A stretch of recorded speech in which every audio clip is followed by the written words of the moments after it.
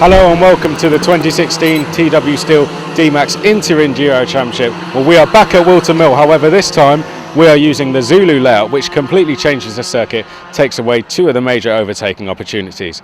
Now in the Enduros, in the interclass, Bobby Trunley currently leads the way in the championship. He took the win at Daytona Milton Keynes last time out. He leads by 51 points over Luke Cousins and Ollie Peacock. But last time we were at Wilton Mill, it was Ollie Peacock who took the victory, and he said he needs to take advantage at this round and take some points away from Bobby Trunley. Let's go to the grid and see what the drivers have to say before the race. Yeah, feeling good. Kart is very, very good, very settled through the track. So close at the top, but should be a good race, I think. Bobby, what do you reckon? Oh, no. Just attack. So this is round 6 then of the Endurance Championship. On pole position is Oliver Peacock. He did a time of 42.354 earlier. That was good enough for him to get himself on pole position. Alongside him is going to be Luke Cousins. On row 2 is Bobby Trunley and Matthew Conroy. On row 3, Lawrence Toms and Zana Mahoney. On row 4 is Martin Bork and James Perry. Row 5, Ben Oliver and Johnny Spencer. Then it's Seb Cook and Andrew Tempest. Ben Chapman, Stuart Shearman are next along. Row 8 is Nuno Costa and Anthony Horde. Macaulay Pond and Nigel Foote are row 9. Robert Pertack rounds out the field.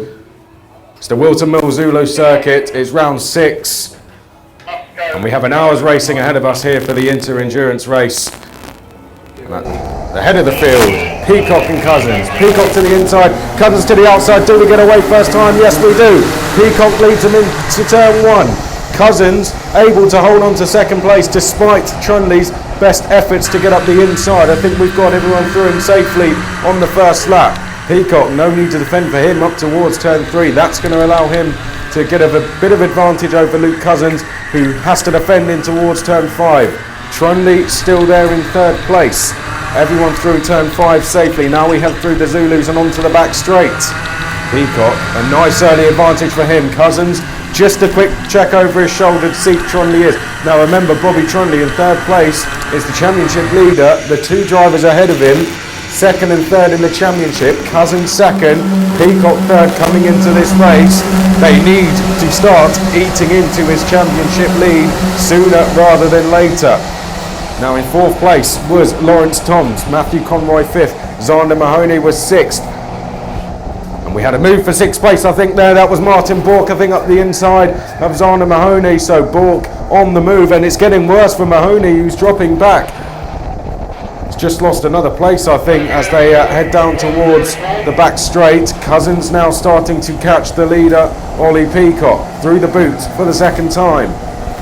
The gap between the top 3 when they crossed the line last time was 7.5 tenths. Let's see what it is this time. It's going to be half a second, so it's getting closer, and of the 3 of them, Bobby Trunley was quickest last time round. But try and take Trunley back and eat into the advantage Ollie Peacock currently has out front. We've only had just over 2 minutes gone, and Martin Bork in 6th place has set the fastest lap. Martin Bork at 42.9. So the driver there in the black race suit and black helmet in 6th place. Toms in 5th, now under pressure from Matthew Conroy, who goes up the inside into turn 5. Conroy makes the move stick, so Conroy through to 5th place. Cousins has the best seat in the house for the battle for the lead there in 3rd place. Cousins sets a new fastest lap, 42.5. This is lap number 10. Peacock now defending. Will Trunley try and move up the inside into turn number 5? There he goes up the inside, and Trunley makes the move stick. So Trunley through to the lead for the first time. Peacock down to 2nd. Cousins remains in 3rd. Well, at the moment, 4th place is still Martin Bork. Matthew Conroy is 5th. Lawrence Toms is still 6th.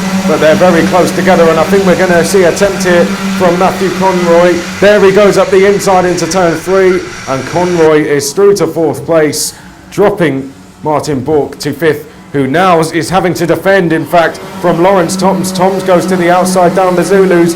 That's going to be a brave place to try and pass, and unsurprisingly, it doesn't work. The first back marker they will catch will be Robert Pertak, who was the driver delayed at turn 2 a few laps ago. Well, let's run you through. Oh, well, there's been more changes for 4th. I think Conroy has lost 4th place here.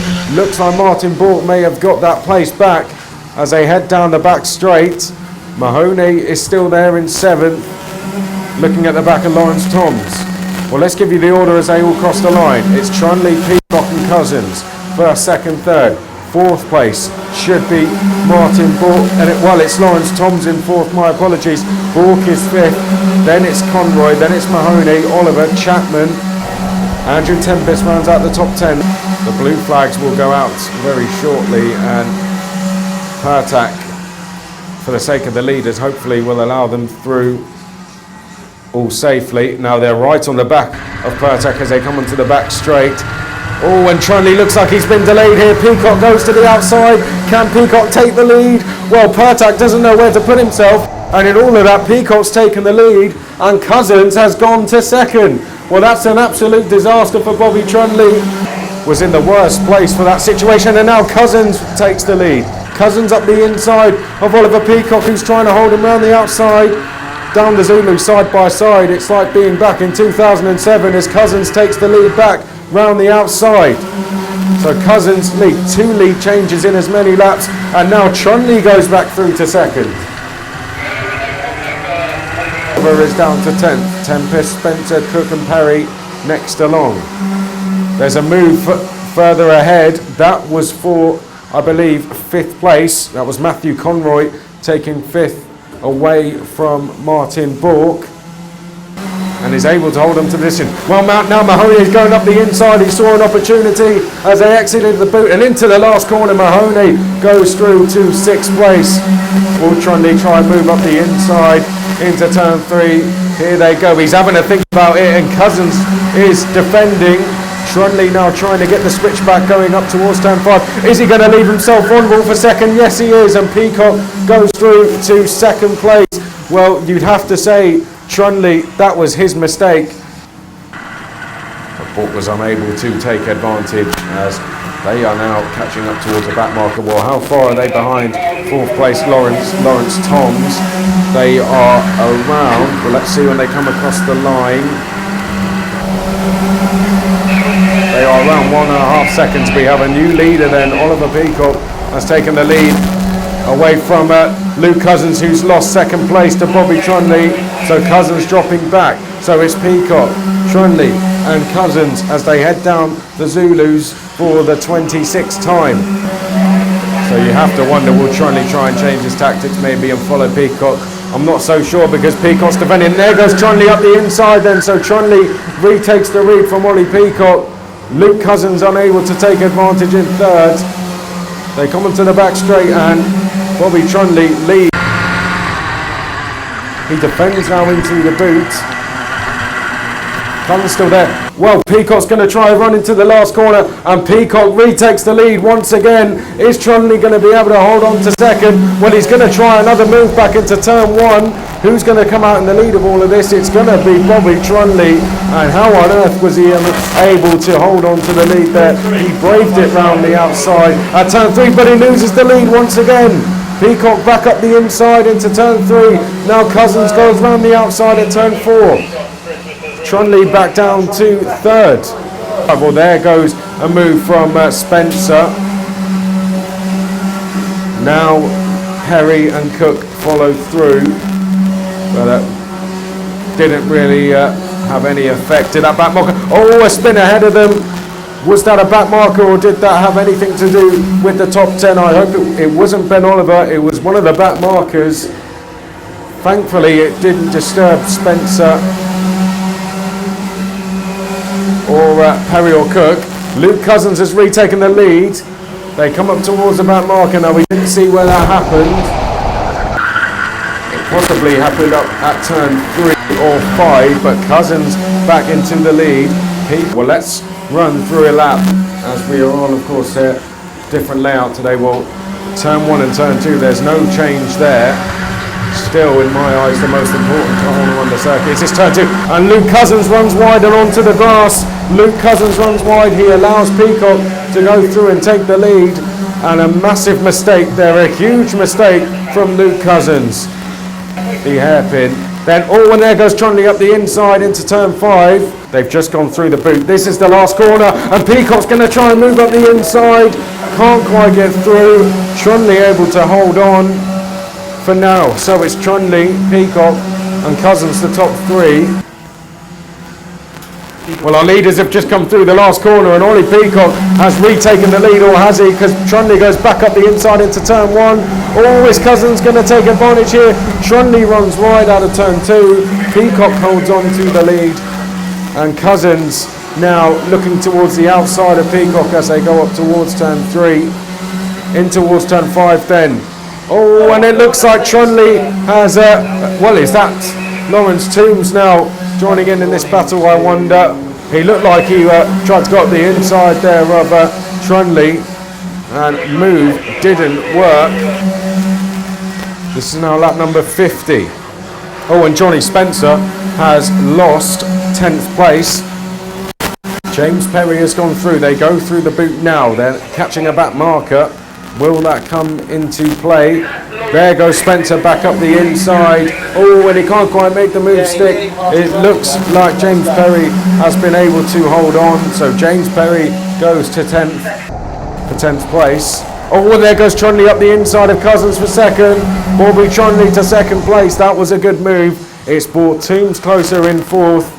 And it's just allowed Ollie Peacock some breathing space. They go through turn 1. And Tempest is going to have to try again, and does. He's up the inside, out of turn 2. Can he make the move stick into turn number 3? Yes, so Tempest finally is into 11th place. Leader split by, and there goes Trundle up the inside of Peacock. Trundle makes the move stick. Peacock's going to try and come back round the outside at turn 5. He's got to be careful of Luke Cousins. They run side by side through Zulus. So Trundle back into the lead then. It's taken him a while to get there. Just over a minute to go then. Trundle, Peacock and Cousins split by less than half a second once again. So the battle for the lead has resumed. It had stopped for around 10 minutes, but it's back on once again. This is as close as it was for 50 minutes, and Cousins goes through the second. Cousins up the inside at turn 5, unable to hold on. Peacock able to retake the position, and Cousins all of a sudden has dropped back once again. Trundle still lead, but Peacock goes up the inside into the second part of the boot. Peacock takes the lead away from Bobby Trundle. There was almost contact between Trundle and Cousins. Last lap board goes out. And Peacock all of a sudden finds himself with a 4/10 advantage over Bobby Trundle, who's having to defend from Luke Cousins. Up towards turn 3, Trundle not defending from Cousins on this lap, and that's brave stuff. It looks like Peacock has done enough to hold on. He goes up towards the last corner, and Ollie Peacock takes victory in the Enduro race here at Wilton Mill. Second place goes to Bobby Trundle, and third goes to Luke Cousins. At the flag, they were split by just 0.6 of a second. Lawrence Toombs finishes in 4th place. 5th place goes to Zana Mahoney. It's Martin Bork who will come across the line in 6th place. Ben Chapman finishes 7th. Then it's Johnny Spencer, Andrew Tempest, Seb Cook, Ben Oliver, Matthew Conroy, James Perry, Stuart Shearman, Macaulay Pond, Robert Pertak, Nigel Foote, Nuno Costa is 18th. Anthony Horde did not finish the race. He is classified in 19th place. What a drive that was from Ollie Peacock. That was one of the hardest races of my life. I'll be honest, I'm not happy with the way the pass to the win was made. I didn't want to make it with contact. I didn't know it was the second to last lap either. I believe alongside him. I'm more than happy to accept if it was my fault. I look back at the camera. But that race was just insane. I think I lost count the amount of lead changes there were. I think we all had parts of the track we were good at. I know I felt I was quite good on the last bit of the lap. Bobby was really good going through turns 1 and 2 and up the straight. Yeah, that was just madness. Oh my god. Hard race. But yeah, some unbelievable racing from these two guys. So yeah, I'm knackered. I'm just going to use colourful language here. Say. Just on our own. And well, that was a brilliant race. where did you come? Behind you. Just wish I could have defended. Got a little bit lonely towards the end. Really? Really hard work. The back markers aren't as friendly in inters as they are in heavies. How'd you find it changing category? Fine, actually. I was surprised. It was that went better than I expected. Luke, Hello. very good race. You led at times, but how hard was it towards the end? You know, in third, trying to catch the two leaders after an hour intense racing. It's really hard. I mean, you start to fatigue. My hands are absolutely dead, and trying to wiggle your way through the back markers when some of them don't want to let you through works against you a few times. So yeah, very hard race. But I mean, credit to these two guys. They drove flawlessly, and we had some epic races. So that's one of the best races I've had for a long time. And very briefly, just talk us through the moment where you maybe think you lost out there. There was one time when going through turns 1 and 2, I just lumped a curb too hard, and that spat me out and touched the grass a little bit, and these two guys went flying past. A couple of times I was coming up to some back markers and they didn't realise they were being lapped, which obviously makes it difficult to get through and you lose some time. So these guys got a couple of seconds ahead, but obviously it's the same for them. So we're all kind of in the same boat. So a hard race, but happy for another podium. I suppose that's endurance racing for you. Ollie, the winner, let's go to you next. You must have thought you'd lost that race with 10 minutes to go. Just talk us through the last 10 minutes and then the move at the end. Well, the last 10 minutes start with a gap built to Bobby due to catching, I think it was Andrew Tempest through the Zulus. So he probably brought out, I guess, about a 5 kart length lead. And after that, I just chipping away at it. It's sort of throwing caution to the wind really. I know when I've said it last time we came to Milton Mill, these rounds I have to make the most out of.